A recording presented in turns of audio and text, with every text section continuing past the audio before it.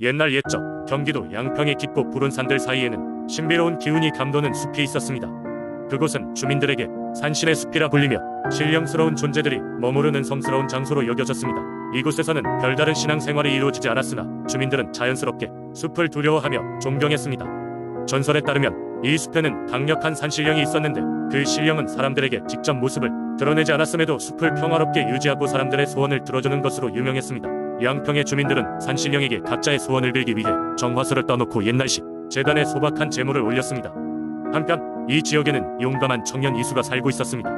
이수는 어렸을 적 부모를 잃고 홀로 할머니와 함께 살았는데 그의 할머니는 항상 산신령께 도움을 청해야 한다고 말씀하시곤 했습니다. 이수는 할머니의 말씀을 마음에 새기며 산속 곳곳을 누비며 자랐습니다. 그런데 어느 날 할머니가 중병에 걸리게 되면서 이수는 큰 고심에 빠졌습니다. 아무리 양평 지역에서 유명한 의원들을 찾아가도 별다른 진전이 없자 그는 마지막 희망이라 생각하고 산신령에게 기도를 올리기로 결심했습니다. 깊은 산속 산신의 숲 중심부에 들어선 이수는 할머니의 쾌유를 비는 마음으로 제단 앞에 무릎을 꿇었습니다. 그날 밤 이수는 산신령의 계시를 받게 되었습니다. 그는 꿈속에서 산신령의 모습으로 변한 큰 호랑이를 만나게 되었고 호랑이는 이수에게 이렇게 말했습니다. 너의 진실된 마음을 들었다. 내가 너의 할머니를 구해주리라. 다만 그 대가로 너는 하늘다리로 안내하겠느냐. 이수는 주저없이 승낙하였고 꿈에서 깨어난 날 아침 그의 할머니는 기적처럼 건강을 회복하기 시작했습니다. 하지만 이수는 산신령과 의약속을 잊지 않았습니다. 어느 날 아침 그는 주민들에게 하늘다리를 안내할 방법을 알려주겠다며 숲속으로 들어갔습니다. 이수는 주민들에게 하늘다리라는 신비로운 장소를 소개하며 그 다리를 건너면 모든 걱정과 근심이 없어진다고 전했습니다. 사람들은 처음에는 믿지 않았지만 이수가 산신령의 도움을 받은 후 변한 모습과 할머니의 기적적인 쾌유를 지켜보면서 점점 그를 믿게 되었습니다. 이수는 하늘다리를 믿고 따라오는 사람들을 위해 매번 산신의 숲에서 각자의 걱정을 내려놓고 새 출발을 할 수 있도록 안내했습니다. 이후로도 양평의 주민들은 종종 하늘다리를 찾곤 했습니다. 이수는 산신령의 은총을 잊지 않으며 그의 후손들 또한 이어서 하늘다리를 수호하며 많은 이들에게 평안과 희망을 전달했습니다.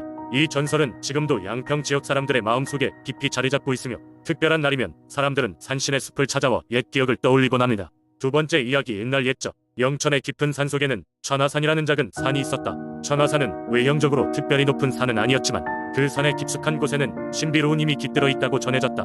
이 산에는 수많은 민속신앙과 전설이 얽혀 있었는데 그 중에서 가장 유명한 이야기는 수호신 천하신에 관한 것이었다. 천하신은 천하산의 정령으로 산의 모든 것들을 보살피는 신이었다. 그는 산의 모든 생명체를 아끼고 돌보며 인간들에게도 가끔씩 은혜를 베풀었다.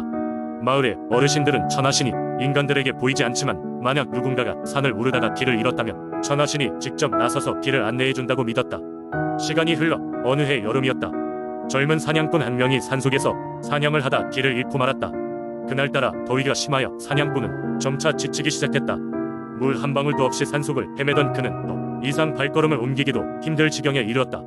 그때 어디선가 청명한 물소리가 들려왔다. 사냥꾼은 본능적으로 그 소리를 따라가 산 중턱에 작은 샘을 발견하였다.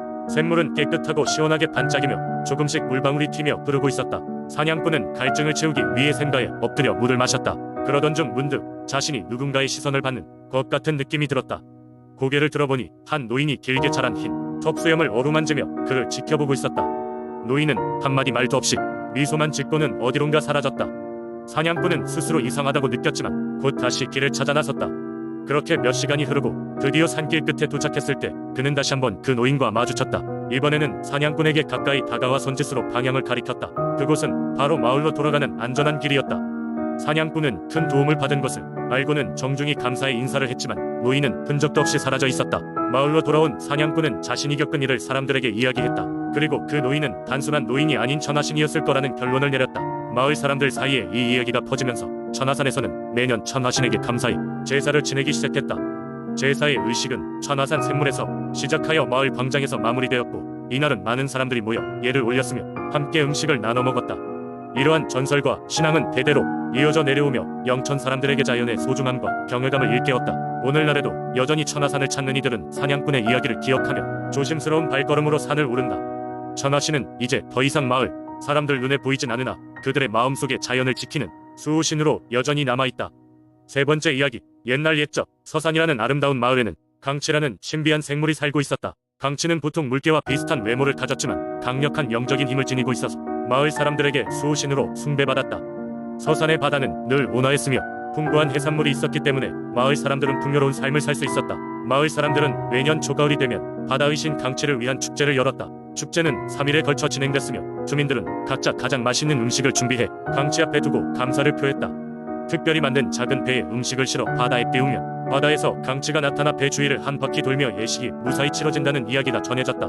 강치의 등장 순간 마을 사람들은 일체의 침묵을 지키며 경건한 마음으로 자신의 소원을 속삭였다.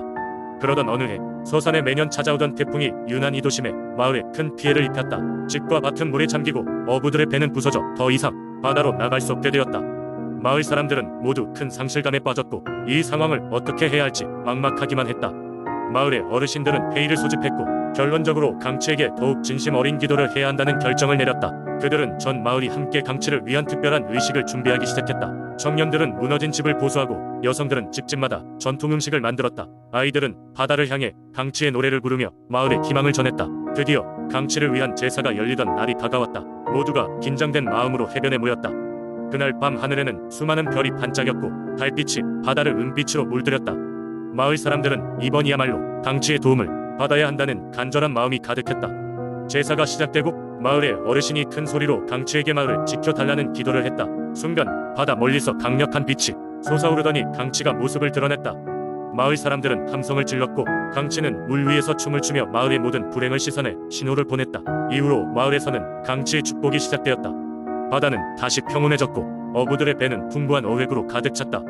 서산의 주민들은 강치를 더욱 신뢰하며 매년 그를 위한 축제를 성대하게 치렀다. 강치는 여전히 서산의 바다에서 사람들을 지켜주고 있다는 전설로 남았고 후손들에게도 계속해서 전해져 내려왔다. 강치는 서산 사람들에게 있어 바다의 신이자 그들의 삶의 일부이며 사람들은 이러한 믿음을 통해 서로를 더욱 가까이 하고 자연의 신비로움을 경외하게 되었다. 네 번째 이야기. 오래전 경기도 의정부의 한적한 마을에는 겉으로 보기엔 평범해 보이지만 오래된 민속신앙이 깊게 뿌리 내려 있던 시절이 있었습니다. 그 중에서도 특히 유명했던 이야기는 마을 근처에 깊고 무성한 숲에 살았다는 도깨비에 관한 것이었습니다. 이야기의 시작은 언제나 그렇듯 어느 여름밤 바람이 살랑살랑 불고 달빛이 청명했던 날로 거슬러 올라갑니다. 마을의 사람들이 잠들었을 시간이었지만 풍작에 대한 기쁨으로 인해 한 농부는 잠에 들지 못하고 집강 마당에 나와 있었습니다. 그날따라 이상하게도 별빛이 더욱 반짝거렸고 무언가 특별한 일이 일어날 것만 같은 기분이 들었습니다. 그러던 중 숲속에서는 낮게 깔린 웃음소리가 바람에 실려 들려왔습니다.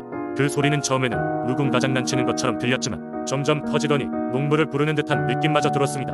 호기심에 이끌린 농부는 조심스럽게 소리가 나는 방향으로 발걸음을 옮겼습니다. 그가 숲으로 들어섰을 때 그의 눈앞에는 믿기 어려운 광경이 펼쳐졌습니다. 달빛 아래에 드러난 것은 수많은 도깨비들이었습니다.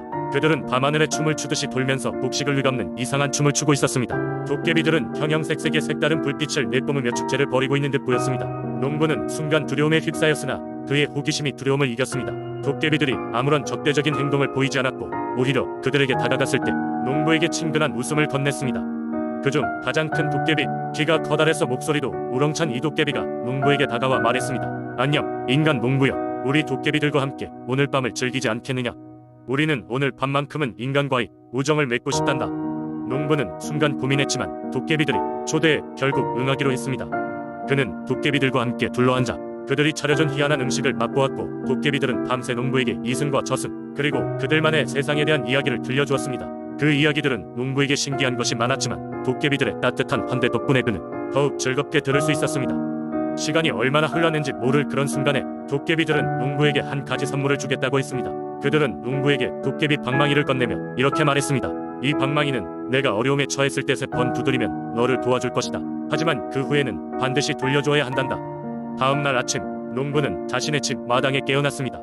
밤의 모험이 꿈만 같았지만 손에 쥐어진 도깨비 방망이가 그것이 현실이었음을 말해주었습니다. 농부는 방망이를 소중히 간직하며 한 가지 바람을 빌었습니다. 마을의 사람들 모두가 행복하게 살았으면 하는 간절한 바람이었습니다. 그 후로도 오랜 시간이 흘렀지만 농부의 마을은 여러 어려움이 있을 때마다 언제나 도깨비의 선물 덕분에 풍요롭고 행복한 시절을 보낼 수 있었습니다. 그리고 농부가 세상을 떠난 후에도 그의 이야기는 전설로 남아 의정부 사람들에게 전해지며 도깨비 친구들과의 즐거운 밤을 회상하게 했습니다. 그렇게 도깨비와의 우정은 마을의 신비로운 역사로 자리 잡게 되었습니다.